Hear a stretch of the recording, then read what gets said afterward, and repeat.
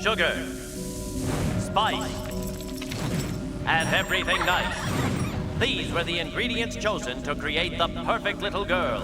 But Professor Utonium accidentally added an extra ingredient to the concoction, Chemical X. Thus, the Powerpuff Girls were born! Using their ultra superpowers, Blossom, Bubbles, and Buttercup have dedicated their lives to fighting crime and the forces of evil! Hello mga Kahalo Blocks, and we are Group 2! And for today's experiment, this is experiment number 9, which is the designing and making of concrete cylinder samples with the slump test. So without further ado, let's start. Bang! So in today's experiment, the materials to be used are the cylinder, the slump pole, the thumping rod, the rubber mallet, the trowel, the cement, the fine aggregate, the coarse aggregate, the shovel, the mixing pan, and lastly, the meter stick. First, we have to measure the measurements for the cylinder mold and so forth.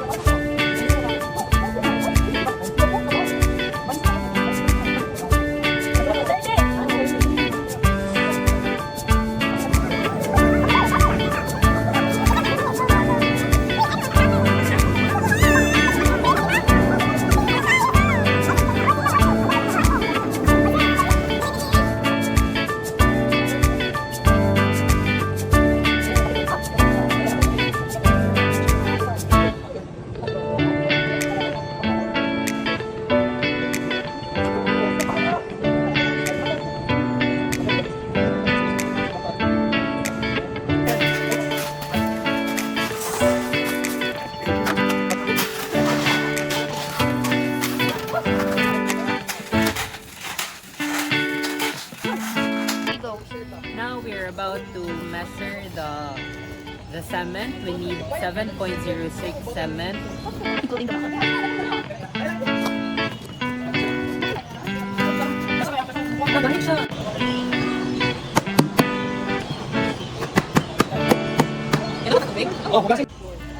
So now, we are going to mix the dry ingredients first.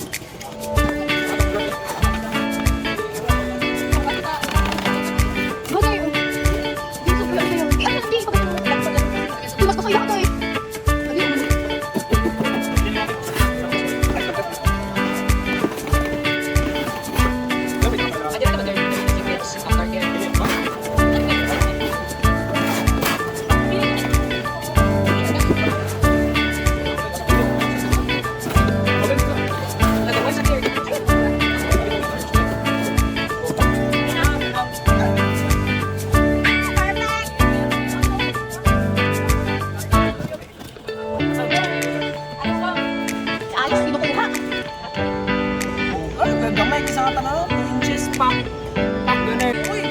Now we have to oil the cylinder.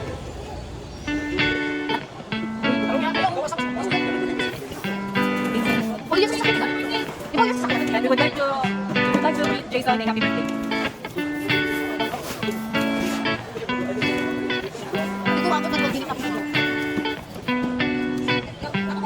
Now we're going to put the concrete mix into our cylindrical models.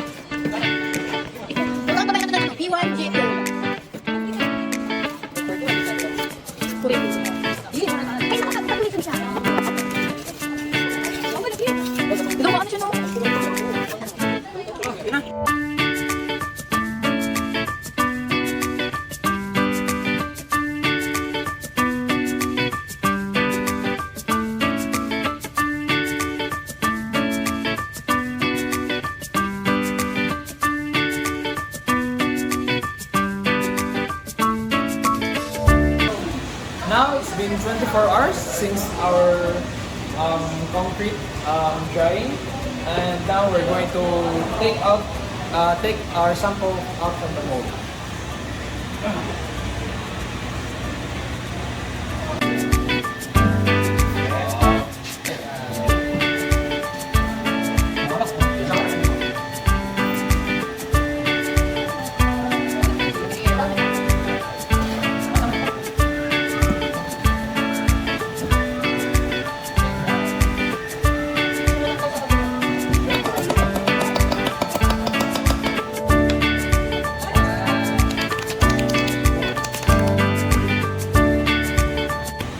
Now that we were able to take out the concrete sample out of the mold, we will now cure it in the water pool tube over there.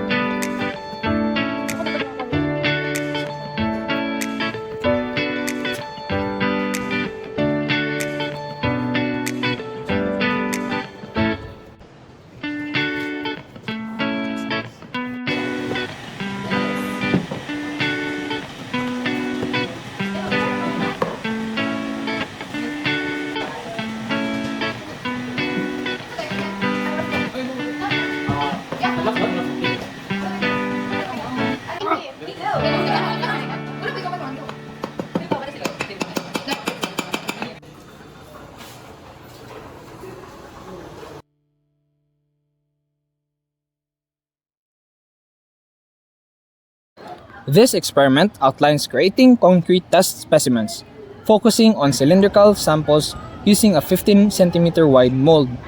The mix involves 3 layers compacted with 25 rod strokes each. The first batch required 6.42 kilograms of cement and 4 containers of aggregates. The slump test yielded a consistency of 2.5 inches, which is within the acceptable range. Despite using the entire mix, only 83% of containers were filled, requiring volume adjustments. The second batch required 1.22 kilograms of cement and only 1 container of aggregates. The samples showed slight unevenness and small air pockets, potentially due to inadequate compaction. After 24 hours of drying, the samples began a 28-day curing process, which marked the end of the experiment. In conclusion, this experiment aimed to create a concrete cylinder using a specified class ratio and assesses its workability through slump tests. The cylinder design followed the 1:1.5:1.5 class ratio. The concrete achieved a slump consistency of 2.5 inches, meeting ASTM CE14's range of 2 to 4 inches for appropriate consistency. However, incomplete filling of the mold, or 83% only, was filled, and slight surface unevenness suggest potential issues with consolidation techniques. Small air pockets indicate possible honeycombing, attributing to its insufficient rodding. To address this, following ASTM C31, standards for proper mixing procedures include water content and mixing time is recommended.